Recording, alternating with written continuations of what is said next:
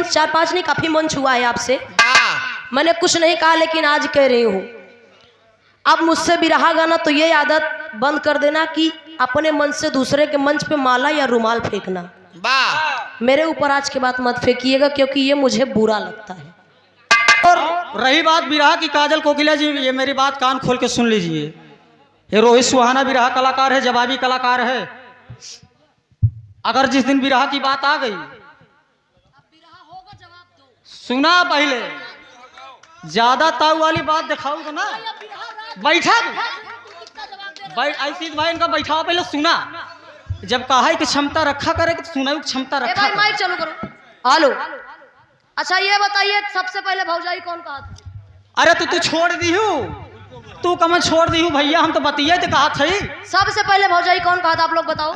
ये तो बतिया हम कहते और यार आज तक कोई कलाकार साला पैदा ही नहीं हुआ जिसको अगले कलाकार के गीत उसको पसंद आ जाए। सुना पहले कहा, सुना बैठा तोरे की नहीं हम नहीं बोला, सुना। और ये जवाबी कलाकार है, 8 कौड़ी में मंच छोड़ के भाग गए थे। और ये जवाबी कलाकार क्या गाती हो तुम? बिरहा गाती हो, क्या गाती हो तुम? नहीं अब बताइए, यही 8 कौड़ी सूर्यभान गुरुजी, आशीष भाई, आशीष भाई जहाँ भी हो आप इनको पहले शांत कराइए। हम अपनी बात को रख रहे हैं, हमने इनको कुछ अपशब्द नहीं कहा। नहीं आपने अपनी मैं बात को रख रहा हूँ, तुमको कुछ अपशब्द नहीं कह रहा। दोनों कलाकार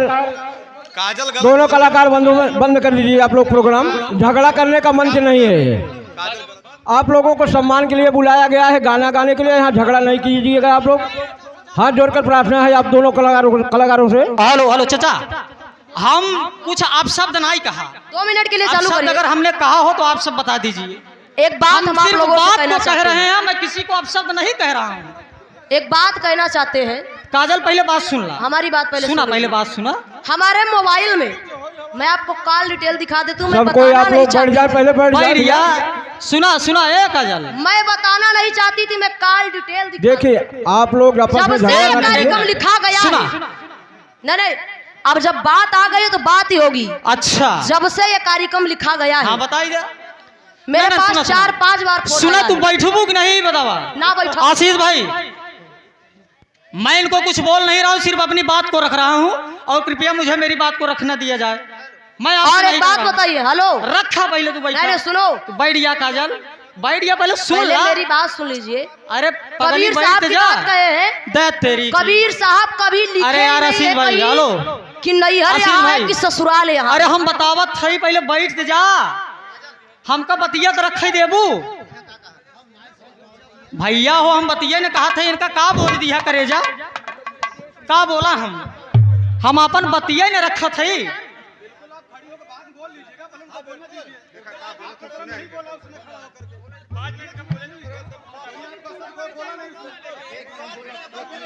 भाई हम बात को रख रहे हैं, हम लोग कुछ अशब्द गाया नहीं, गाया मैंने नहीं, हम नहीं खड़े होते। सुनिए, हम ना खड़े होते जब इन्होंने कहा, सुना बैठ जा, बात बोलो कहेंगे, बस एक बात कहेंगे फिर हम बैठ जाएंगे। अरे सुनबू पहले, तू बैठ जा, हम तोहरी गाय नहीं बोला है, तोहरी गाय नहीं बोला, जिन बोला बस इतना ही हम कहा था। दादाजी अरे बैठ गया, हमका अपन बतिया रखे थे राजू, हम कहा थे, हम अपन बातें नहीं रखा थे, हम हम भाई बात को रख रहे हैं, हम बैठ रहे हैं यार, एक बात मेरी सुन लीजिए बस। बैठ गया काजल, हम कहा थे बैठ गया प्रेम से, मैंने अरे पगली बैठ गया। हेलो हमका कहा अपन 1 मिनट के लिए मेरी बात सुन लो। अब जब तू हमार नहीं सुनू तो हमका ठेहू सुनू, तो ना सुना तो का के बात को सुनाई क्या? अरे तो हमका बोला ही ना भाई, जब तुम्हारा नंबर है तो 1 मिनट हम बोल रही, फिर बोल लिया। आकाश गुरुदेव का झंझट है, हम कहते हमका बोला ही भाई, हमारा नंबर है, हमको बोलने दीजिए। हेलो 1 मिनट काजल, हेलो रुझे बस 1 मिनट बोलेंगे, बस एक बात बोले। बैठ जा काजल, हमका बोला एक बात, अरे एक नहीं तू 2 बोलू, एक बार नहीं तू 10 बोलू। हाँ तो अब चुप रहे, हम बोले, लेकिन हमका बोला पहले हम बोला। अरे फिर ही पटकी पटका कैले, पहले हम बोला। अरे बोला ही पहले हम बोला, पहले हम बोला। अरे हमको बोला। काजल जी आप थोड़ा 5 मिनट रुक जाइए, भाई साहब का बात सुन लीजिए, आपको भी मौका मिलेगा 5 मिनट के लिए। कम से कम हमारा सम्मान करो। बैठ गया, बोले देखा क्या बोला। अरे बैठिए 5 मिनट, बैठ गया बैठ जाए काजल। आप मौका हेलो करत है यार। नहीं काजल, बैठ जाइए आप, बैठ जाइए। बस बोलो भैया, आप लोग अपनी अपनी जगह पर बैठ जाए। सभी यूट्यूबर भाई से प्रोन है, अपनी अपनी जगह पर बैठ जाए आप लोग।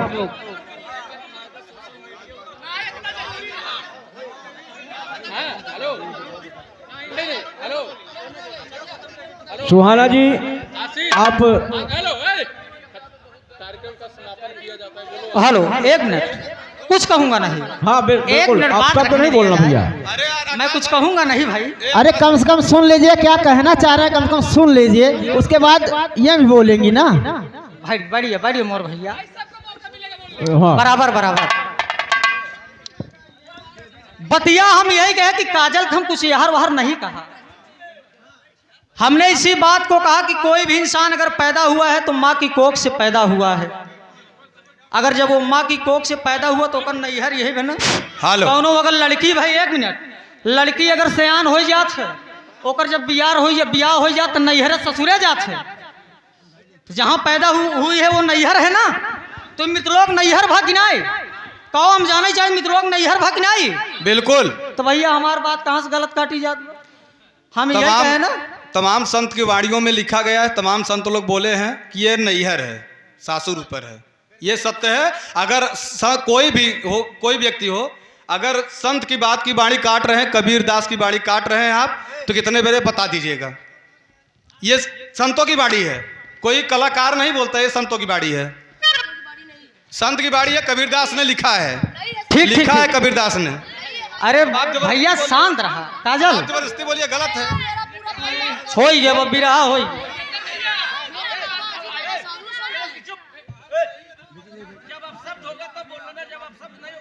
अरे भैया हम कहाँ अब शब्द हमने कहा कुछ।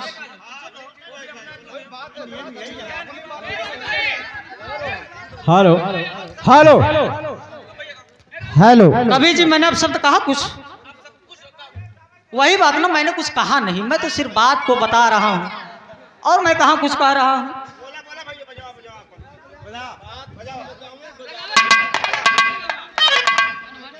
शांत रहा, शांत रहा। और रही बात, अब बात तो ढेर हो गई। अब लाइव में कभी मुलाकात होगी कि नहीं मंच के माध्यम से काजल जी से? होए बात रे शेर, क्या बात। और शांति शांति बना लो मोर भैया। देखा कलाकार कोई बाहरी नहीं है, सब अपने हैं। यहाँ सब अपने हैं। कलाकार कोई जौनपुर से आया है या कौशाम्बी से आया है, कोई बात नहीं है। कलाकार अपने होते हैं। इसलिए मैं इसके आगे कुछ कहूंगा नहीं। कहना तो मैं बहुत चाहता था साथियों।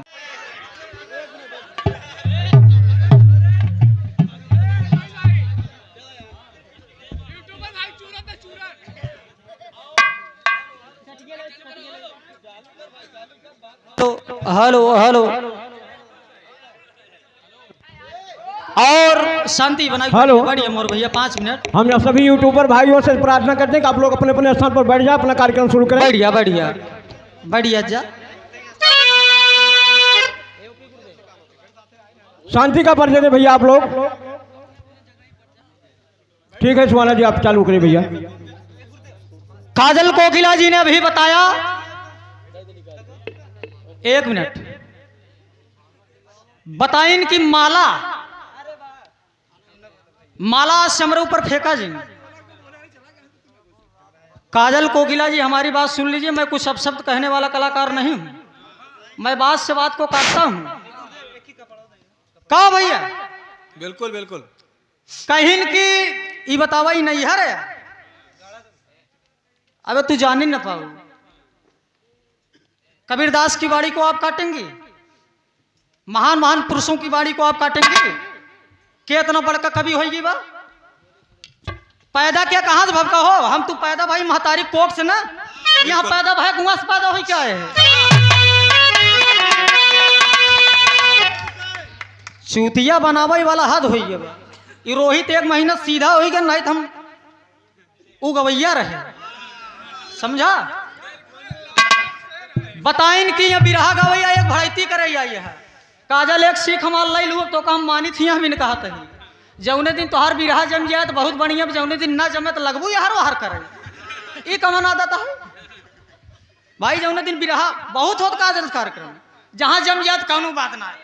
ये पहले बार माला फेंक ही काजल तोहर ऊपर कई दान। अब गाना ना जमी तो लगबू यहार सुहार करे कैसो जमाई ससुर कैसे जमाई गाना बताइन कि कहा तहन कि आज भर रजाई में सिताल भौजाई रे। आज जब तू खड़ी भाव तो तू का करू का तू इनकी गिनाई देवर रहा का हो कहन कि ना इनकी गिनाई देवर रहा। अगर जब तू देवर कह सको तुम भौजाई नहीं कह सको।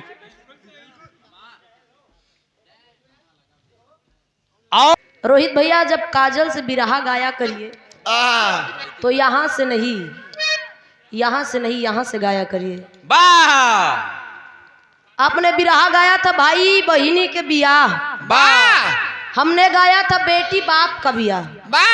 फिर मैंने एक गीत मैंने बिरहा धरा, एक दुल्हन तीन दूल्हा, सर के ऊपर से निकल गई, पहुंच गए सुभाष चंद्र बोस जी और रेखा जी के पास। अब कहत का है लैला लैला बेलनवा और लैले ले हरे नैहर मऊज उड़ायू सीखू न सहुरवा ससुरवा एक दिन थुथुरी जाबू। अच्छा आप लोग बैठा ही बतावा इनसे तई पूछा नैहर बा कहाँ हो, नैहर कहाँ बा रोहित भैया। अच्छा आप लोग ना बताया खड़ा हो जा बताया हम पूछ ले भाई नैहर बा कहाँ दादा ससुराल कहाँ बा ससुरवा जैबू थुथुरी ससुदात तोरी। अगर वो ससुराल है ये नैहर लोग कहते हैं ये नैहर है और वो ससुराल है। आप लोग बताइए अगर ये नैहर है वो ससुराल है तो हम आए कहाँ से भाई, कहाँ से आए हैं? नैहर से आए हैं कि ससुराल से आए हैं? ससुराल से आए हैं। अगर वो ससुराल है तो आए कहाँ से? अगर वो ससुराल है या नैहर है तो हम आए कहाँ से? नैहर ससुरवा जाबू थुथुरी। अगर वहाँ से आए हैं तो नैहर आए कि ससुराल है? और अगर वहां से आए हैं तो वो नैहर है कि ससुराल है? सयानंद से दादा लोग आप लोग बताइए अगर वहां से हम आए हैं तो वो नैहर है कि ससुराल, आप बताइए। रोहित नहीं तमाम कलाकार गए हैं नैहरवा ससुरवा में जाबू थुथुरी, तो हम लोग वहां से आए हैं तो वो ससुराल है कि नैहर ही रोहित बताइए। रोहित भैया बिरहा में भड़ैती जरूरी बा। मैं तो आपको कुछ बोली भी नहीं, सम्मान से गा रही हूँ और लगभग सब लड़की आपसे अच्छा से गावती है, लेकिन आपकी आदत मैं सोच नहीं रही थी क्योंकि 4-5 मंच काफी मंच 4-5 नहीं काफी मंच हुआ है आपसे, मैंने कुछ नहीं कहा लेकिन आज कह रही हूँ अब मुझसे बिरहा गाना तो ये आदत बंद कर देना कि अपने मन से दूसरे के मंच पे माला या रुमाल फेंकना मेरे ऊपर आज के बाद मत फेंकिएगा क्योंकि ये मुझे बुरा लगता है। भाई हम कहाँ किधर बैठे आप फेंक रहे हो यार, हमारे आंख में लग रहा है कि नाक में लग रहा है कि गाल पे लग रहा है, तुम्हें पता नहीं फेंक दे रहे हो, ये अच्छी बात नहीं है। और पहले जानिए कि नैहर कहाँ है तब ससुर में थुथुरे हो, ऐसे नहीं। आपने हमें मंच पे बुलाया, हम गए मंच पे। हेलो हेलो हे भैया, आपने मंच पे बुलाया, हम गए मंच पे और आपने गाया आज भौजाई, आज रात भर रजाई में रहाई देती हूँ भौजाई है। माने हम तुम्हार भौजाई यही सम्मान करने के बुलाए थे आप, मतलब हमका सम्मान करे के बुलाए रहन। आप लोग बतावा ये अपने मुँह से कहे थे ना कि काजल मैं आपका सम्मान करना चाहती हूँ, आप मंच पे आइए। आप बुलाए तो मैं मंच पे गई। आशीष भैया आप बुलाए तो मैं मंच पे गई और मंच पे जाने के बाद आप कह रहे हैं कि रात भर रहाई देती हूँ रजाई में भौजाई, मतलब हम तुम्हार भौजाई यही। अरे तू बैठा दादा, नहीं ये सम्मान है। आप गा देते, मुझे मंच पे ना बुलाते तो आप गा देते, मैं बुरा न मत मानती, मैं बुरा नहीं कहती, लेकिन आपने मंच पे बुला के तब ऐसा कहा, इसलिए मुझे बुरा लगा भाई।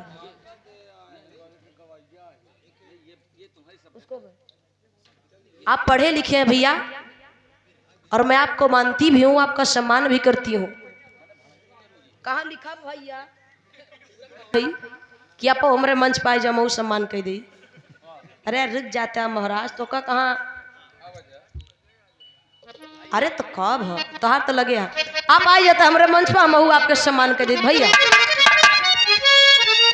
आशीष भैया तई माला लिया वा, तई माला लिया वा भैया, आशीष भैया भाई सम्मान करे हम क्यों के रखित ना है भैया। ए भैया हेलो, अरे जानता ही पैसा ढेर पाए है बाद में दिया।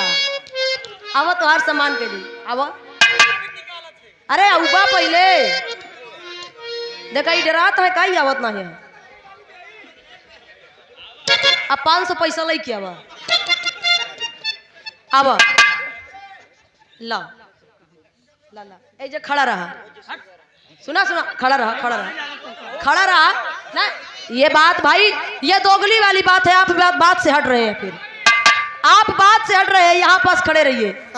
आपने कहा था खड़े होने के लिए, मैं खड़ी थी, ये बात गलत है भाई। काजल सुना, ए काजल नहीं आपने कहा था मैं खड़ी थी, आप भी खड़े रहिए। लेकिन कच्ची गोली हम नहीं खाए। अरे तो खड़े रहिए 2 मिनट के लिए ना, आपने कहा था मैं खड़ी थी, हाँ बस कहना है। सुना भैया के हम सम्मान करते ही, हरे की तोहरे जैसे बुढ़ावन का, अरे तोहरे जैसे बुढ़ावन का देती हम भगाई जी, तोहरे जैसे बुढ़ावन।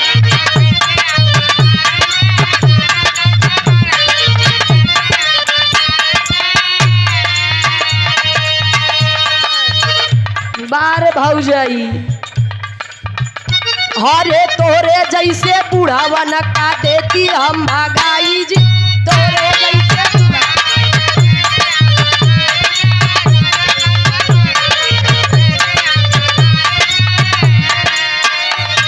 हम ना ही जानत रहे कि तू इक्सबाज मनई, यहाँ लड़की के देख के पगलाई जात।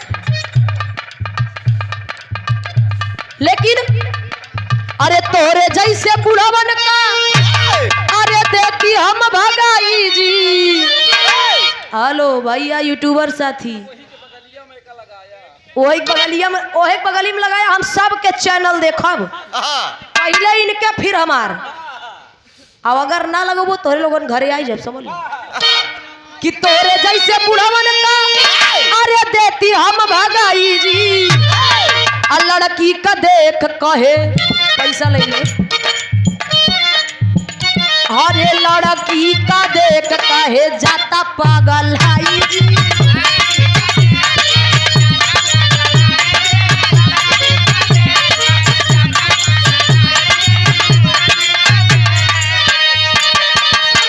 बस बस इतना ही, ज्यादा नहीं कहत है।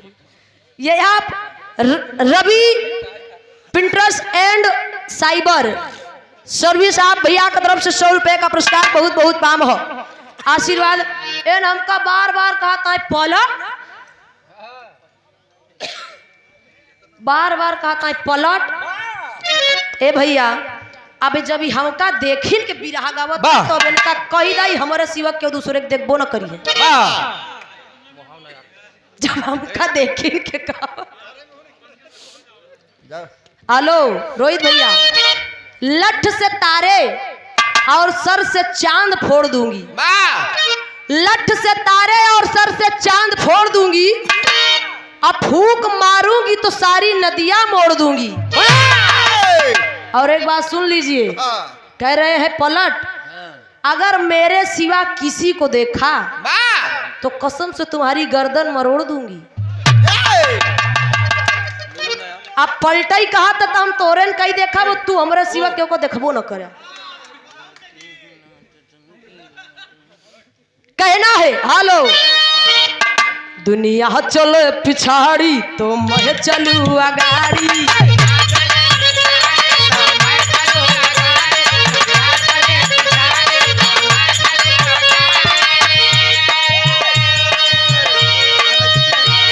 ऐसी नहीं हो काजल कोकिला, ऐसी नहीं है, हर खेल जानती हूँ मैं हूँ बड़ी।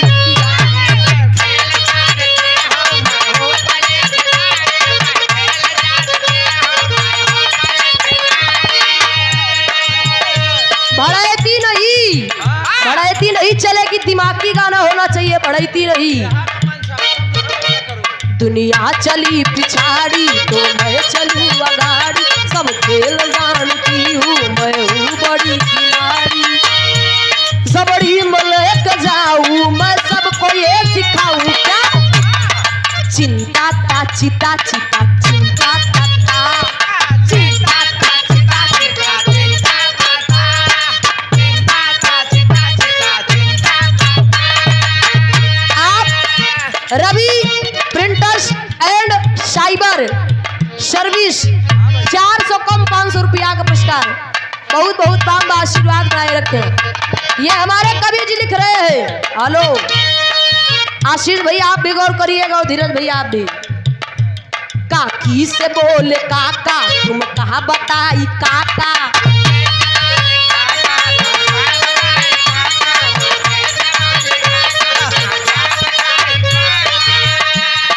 जनबली भैया कैसे 100 रुपया आया?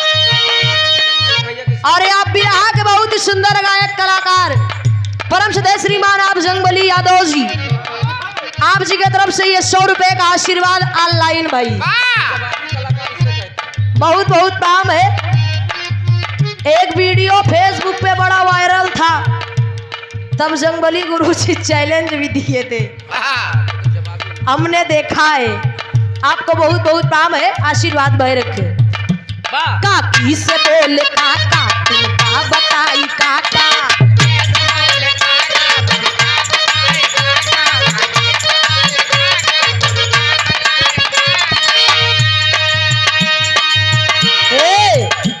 तुम का दिया धोखा का तुम का कभी रोका का,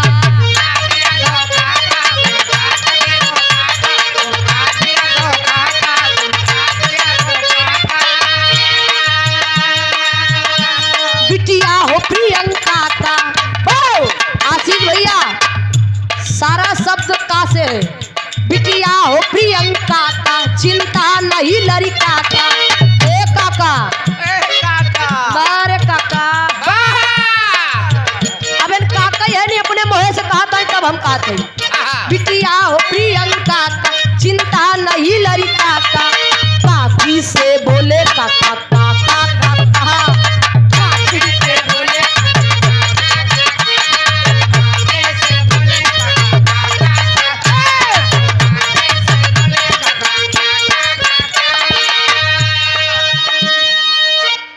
इनके लिए रहल। एक गीत बड़ा बढ़िया गाए रहे न कि बहुत प्यार करते हैं तुमको सनम, गाए रहे पतोही। हमें यार हम जाने तुहार बियाह हो नहीं भाई, तू पतोहू वाला हो गया।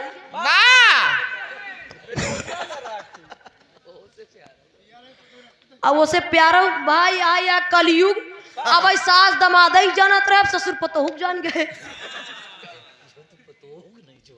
हमें जब तू पतोहुक नहीं छोड़ा तो हम पचे कौन खेत के बतोई।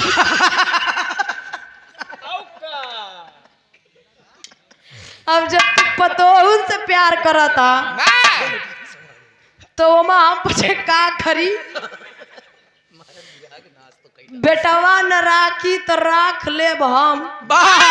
अब तू राजा रघु भया सास दुल्हन रखे के तो राख सकता था भाई। पतोहू बिटिया के तरह होत बा, जैसे अपन बिटिया वैसे पतोहू बेटी की तरह होती है। खैर बड़ा सुंदर गीत सुने के मिलल। आ जाते इसे कुछ मनोरंजन उनके लिए। लेकिन अब नहीं कहूंगा, नहीं तो विवाद बढ़ जाएगा, और ये मैं नहीं चाहता हूं कि विवाद बढ़े। अब जब कभी विवाद करेंगे रहे तो दूसरा मंच लागे। और आकाश गुरुदेव के कहने से मैं कुछ नहीं कहूंगा, समाप्त कर रहा हूं। अगर उधर से अगर कुछ कहा जाएगा तो मैं खड़ा हो जाऊंगा तुरंत। लेकिन इसीलिए मैं बंद कर रहा हूं, सिर्फ आकाश गुरुदेव के बात से मैं कुछ नहीं कह रहा हूं। आइए कोई लाइन बजा दीजिए गुरुदेव। हाय हाय रे जिस भजन में राम का नाम न हो, हाय हाय रे जिस भजन में राम का नाम न हो, उस भजन को गाना ना चाहिए। जिस भजन में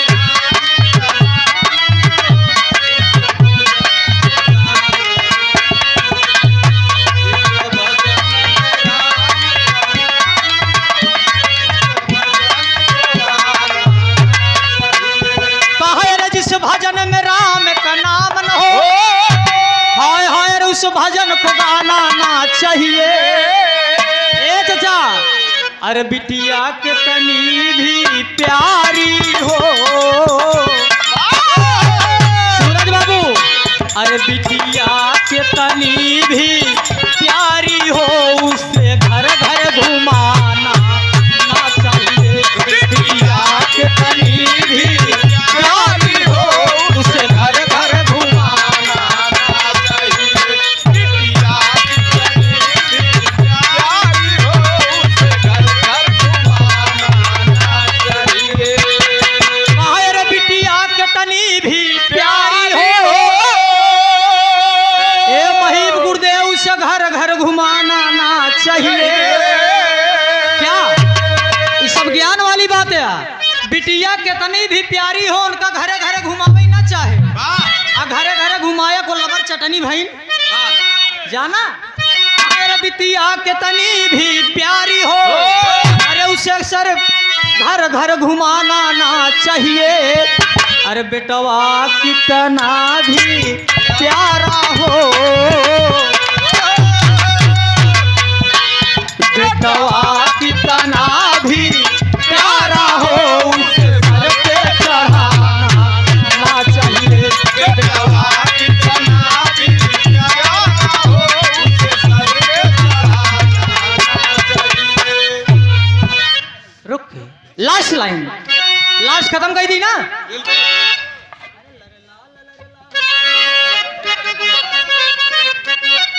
ये लाइन बा, हाय हाय अरे नरमी कलैया सुकुआर हो।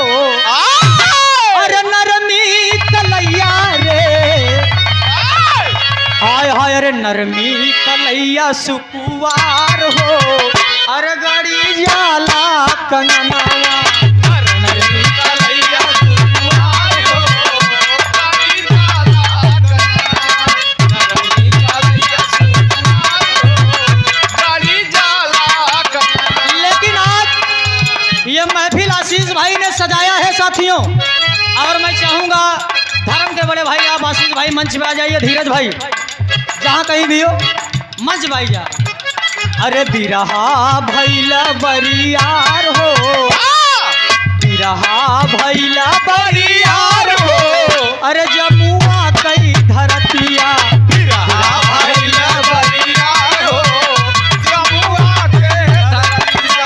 बिरहा भैला बरियार हो, जमुआ के धरतिया। और ये देखें शानदार पुरस्कार। और ये देखें धीरज फ्लावर डेकोरेशन है एवं इवेंट, पता जमुआ बसना प्रतापपुर प्रयागराज।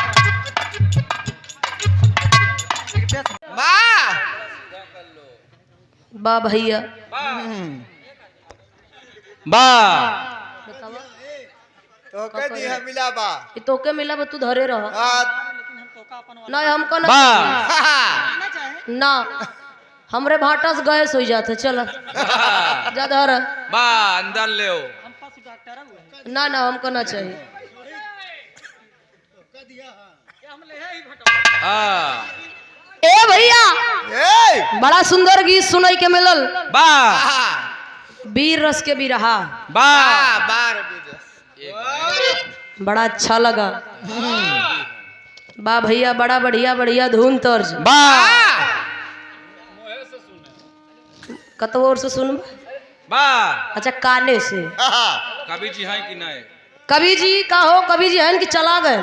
गैन गयन। हाँ आशीष कहाँ है हो? बा चले दो। अच्छा तो तू जा न। हाँ तो कह के रोके बा हाँ बोन का देर होत बना भैया। नहीं बड़ा सुंदर गीत सुनाई के मिलल। हाँ